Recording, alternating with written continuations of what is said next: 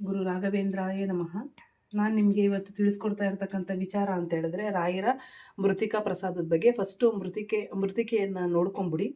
ನಾನು ಫಸ್ಟು ಮೃತ್ತಿಕೆ ಎಲ್ಲಿ ಸಿಗುತ್ತೆ, ಮೃತ್ತಿಕೆ ಯಾವ ಥರ ಇರುತ್ತೆ, ನಾನು ನೋಡಬೇಕು, ಮೃತ್ತಿಕೆ ನನಗೂ ಬೇಕು ಅಂತ ತುಂಬ ಯೋಚನೆ ಮಾಡ್ತಾ ಇದ್ದೆ. ಸೊ ನಾನೀಗ 1 ವರ್ಷದಿಂದನೂ ಮೃತ್ತಿಕಾ ಪ್ರಸಾದವನ್ನು ಸೇವನೆ ಮಾಡ್ತಾ ಇದ್ದೀನಿ. ಯಾವ ಥರ ಸೇವನೆ ಮಾಡ್ತೀನಿ ಅಂತಂದರೆ, ಇದರಲ್ಲಿ ಒಂದು ಚಿಟಿಕೆ ಹಾಕೊಂಡು ಇಟ್ಕೊಂಡಿರ್ತೀನಿ. ಒಂದು ಚಿಟಿಕೆ ತೊಗೋತೀನಿ, ಅದಕ್ಕೆ ಸ್ವಲ್ಪ ನೀರು ಹಾಕ್ಕೊಂಡು ದಿನ ಬೆಳಗ್ಗೆ ಎದ್ದ ತಕ್ಷಣ ಫಸ್ಟು ಖಾಲಿ ಹೊಟ್ಟೆಯಲ್ಲಿ ನಾನು ಮೃತ್ತಿಕಾ ಪೂಜೆ ಆದ ತಕ್ಷಣ 4 ಗಂಟೆಗೆ ಎದ್ದು ಪೂಜೆ ಮಾಡುವಂಥದ್ದು ನನ್ನ ರೂಢಿ. ಸೊ ಬೆಳಗ್ಗೆ ಎದ್ದು ಫಸ್ಟು ಪೂಜೆ ಮಾಡಿ, ಪೂಜೆ ಆಗಿದ ತಕ್ಷಣ ಆಮೇಲೆ ನಾನು ಮೃತ್ತಿಕಾ ಪ್ರಸಾದವನ್ನು ಸೇವನೆ ಮಾಡ್ತೀನಿ. ಅದೆಲ್ಲ ಆಗಿದ್ಮೇಲೆ ನಾನು ಮುಂದಿನ ಕೆಲಸಗಳನ್ನ ಮಾಡೋದು. ಈ ಮೃತ್ತಿಕಾ ಪ್ರಸಾದ ಅಂದರೆ ಏನು ಅಂತನ್ನುವಂಥದ್ದನ್ನು ನಾನು ನಿಮಗೆ ತಿಳಿಸ್ಕೊಡ್ತೀನಿ.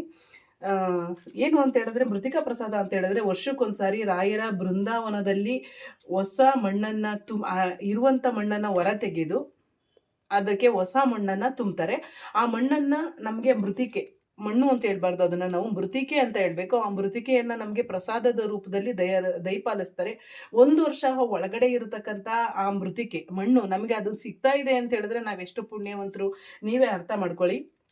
ಅದರಿಂದ ರಾಯರು ನಮಗೆ ಸ್ವತಃ ಅವರು ಇದರಲ್ಲಿ ಬೃಂದಾವನದಲ್ಲಿ ಇರ್ತಕ್ಕಂತಹ ಮಣ್ಣು ನಮಗೆ ಈ ರೀತಿ ಪ್ರಸಾದದ ರೂಪದಲ್ಲಿ ಸಿಗ್ತಾ ಇದೆ ಅಂತ ಹೇಳಿದ್ರೆ ನಾವು ಎಷ್ಟು ಪುಣ್ಯವಂತರು, ನೀವು ಅದನ್ನು ಅರ್ಥ ಮಾಡ್ಕೊಳ್ಳಿ.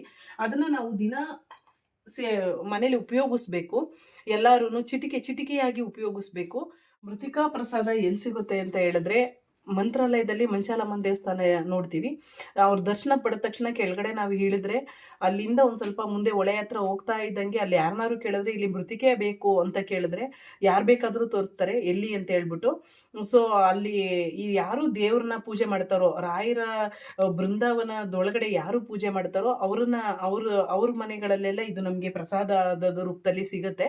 ಸೊ ನಾನು ಅಲ್ಲಿ ಪಾದುಕೆಗಳನ್ನು ಇಟ್ಟಿದ್ದಾರೆ. ಪಾದುಕೆ ಅಂತ ಹೇಳಿದ್ರೆ ಯಾರು ಅಂತ ಹೇಳಿದ್ರೆ, ನಮ್ಮ ತರಹ ಅವರು ಕಾಲಿಗೆ ಹಾಕೊಳ್ತಾ ಇದ್ದಂಥ ರಾಯರು ಪವಾಡಗಳನ್ನು ಮಾಡಿ ಅವಾಗೆಲ್ಲ ಊರು ಬೇರೆ ಬೇರೆ ಹಳ್ಳಿಗಳಿಗೆಲ್ಲ ಹೋಗಿ ಅವರು ಪ್ರಚಾರ ಮಾಡ್ತಾ ಇದ್ದಂಥ ಕಾಲಗಳಲ್ಲಿ ಅವ್ರು ಹಾಕೊಳ್ತಾ ಇದ್ದಂಥ ಪಾದುಕೆಯನ್ನು ನಾವು ದರ್ಶನ ಪಡ್ಕೋಬೋದು.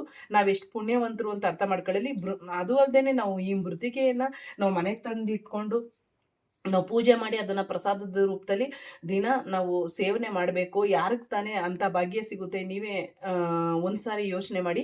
ಯಾಕೆ ಅಂತ ಹೇಳಿದ್ರೆ, ಅವರು ಬೃಂದಾವನದ ಒಳಗಡೆ ಇರತಕ್ಕಂತಹ ಪ್ರಸಾದವನ್ನು ನಾವು ಅವರೇ ನಮ್ಮ ಮನೆಗೆ ಬಂದಂಗೆ ಆಗುತ್ತೆ. ದಯವಿಟ್ಟು ಈ ಪ್ರಸಾದವನ್ನು ಎಲ್ಲರೂ ಕೂಡ ಉಪಯೋಗಿಸಿ ಅಂತ ನಾನು ಹೇಳ್ತೀನಿ. ನನಗೀಗ ಸ್ವಲ್ಪ ಗ್ಯಾಸ್ಟ್ರಿಕ್ ಸಮಸ್ಯೆ ಇರೋದ್ರಿಂದ ನಾನು ಡೈಲಿ ತೊಗೊಳ್ತಾ ಇದ್ದೀನಿ. ನನಗೇನು ಎಲ್ಲ ಪರವಾಗಿಲ್ಲ ಅನಿಸುತ್ತೆ. ಅಷ್ಟು ನನಗೆ ಅದ್ರ ಮೇಲೆ ತುಂಬ ನಂಬಿಕೆ ಇದೆ. ನನ್ನ ಆರೋಗ್ಯನೂ ಕೂಡ ಸುಧಾರಿಸಿದೆ ಅಂತ ನಾನು ಅನ್ಕೋತೀನಿ. ಯಾರಿಗೆಲ್ಲ ಈ ಮೃತ್ತಿಕಾ ಪ್ರಸಾದ ಬೇಕೋ ಅವರೆಲ್ಲ ನನಗೊಂದು ಕಮೆಂಟ್ ಹಾಕಿ, ನಾನು ನಿಮಗೆ ಈ ಮೃತ್ತಿಕಾ ಪ್ರಸಾದವನ್ನು ತಲುಪಿಸುವಂತಹ ಕಾರ್ಯವನ್ನು ಮಾಡ್ತೀನಿ. ಯಾರಿಗೆಲ್ಲ ಬೇಕು ಅಂತ ಅನಿಸುತ್ತೋ ದಯವಿಟ್ಟು ಎಲ್ಲರೂ ಕಮೆಂಟ್ ಹಾಕಿ ಅಂತ ಕೇಳ್ಕೊಳ್ತಾ ನಾನು ಈ ವಿಡಿಯೋವನ್ನು ಮುಗಿಸ್ತೀನಿ.